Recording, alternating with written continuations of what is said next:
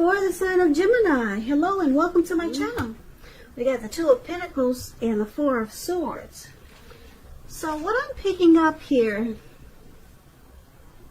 is that you could be dealing with someone who's a two-timer, or someone who's back and forth, or maybe they just multitask and it's really not their friend. Yeah. So someone could be juggling and it's causing a Four of Swords moment or some Four of Swords moments. And I'll explain these two cards. Now the Two of Pentacles, like I said, it could be about two main issues in your mind, but you may need to pull back from trying to pay attention to quite so many things, because multitasking, like I said, it's not your friend. So you may need to cut down on the things that you're doing in order to focus on just two main priorities. Your financial situation may need to be more balanced, so be sure you're paying attention there. Two of Pentacles, it's with the Four of Swords. Four of Swords, as you can see, this man, he's on his back. Looks like he's probably out in the mountains, and it looks like he placed himself there. He didn't pass out. He just decided this place is better than where he was. Even though it looks cold, it looks like there's snow all around. He lit a candle and put it inside his shoe. And he said, let there be rest. Yeah, that's what's showing in the picture. So it's showing a need for a break. Could be a break from normal life. This can also mean that you or someone in your life, they may withdraw for a time. Keep in mind, this withdrawal is not likely to be permanent. So it could mean anything. For example, these are examples, like could mean illness, going to the hospital, could be time in jail, just temporary withdrawals. So it's also showing a signifier to give people their space. It's showing you're probably in need of some time and space to yourself. Others could be pushing too hard for bits and time for your attention. It could be something like that. But don't hesitate to draw boundaries for yourself or to just say no. On the other hand, when others say no to you, take them at their word, because if you push in this circumstance, you could be asking for trouble. So I'm picking up with this Two of Pentacles and Four of Swords. You could be feeling a bit disconnected from your person, or you just need a break from the connection or a situation.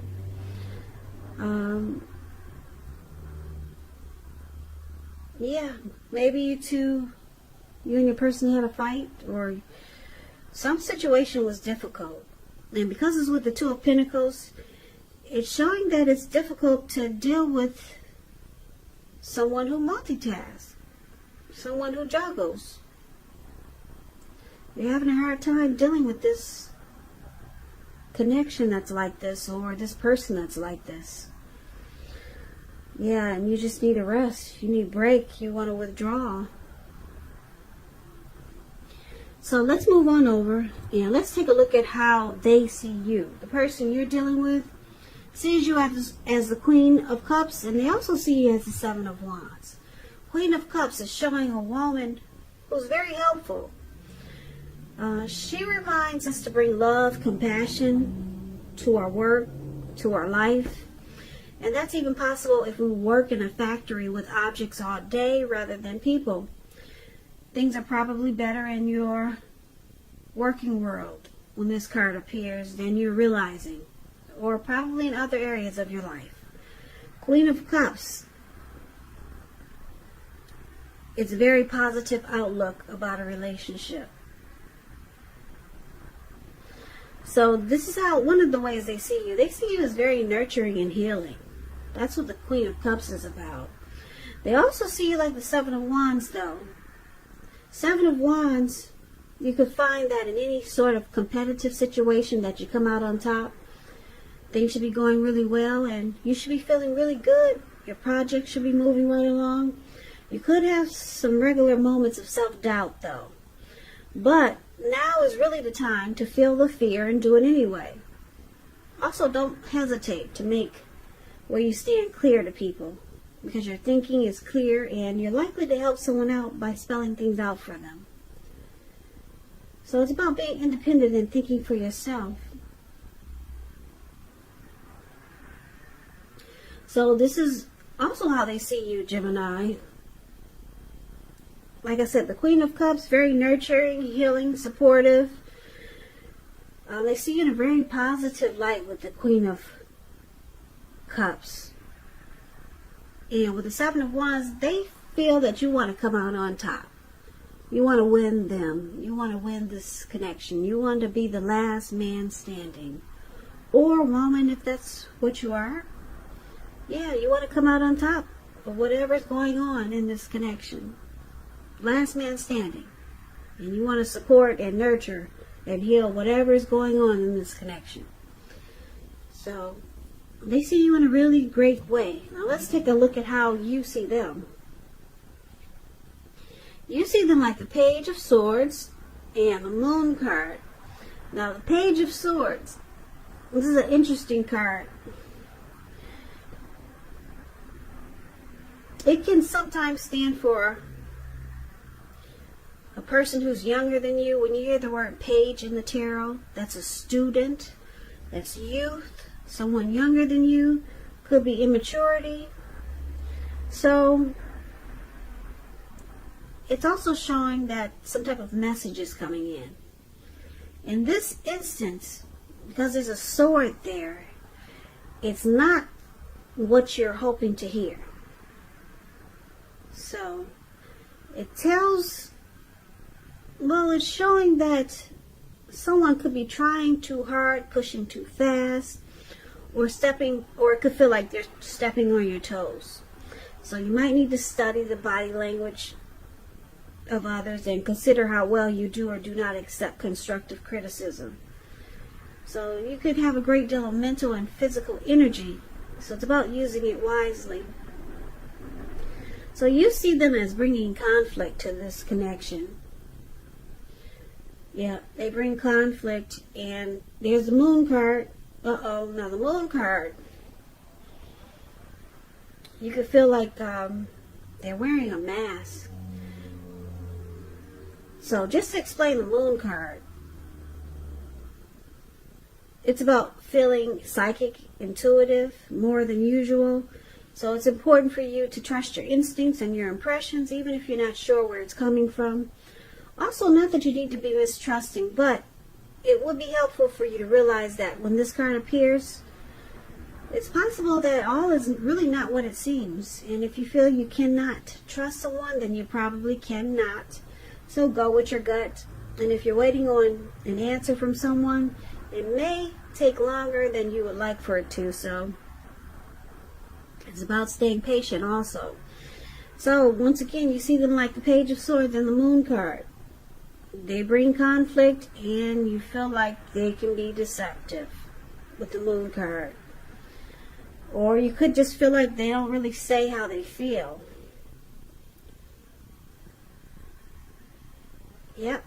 So that's pretty much how you see them.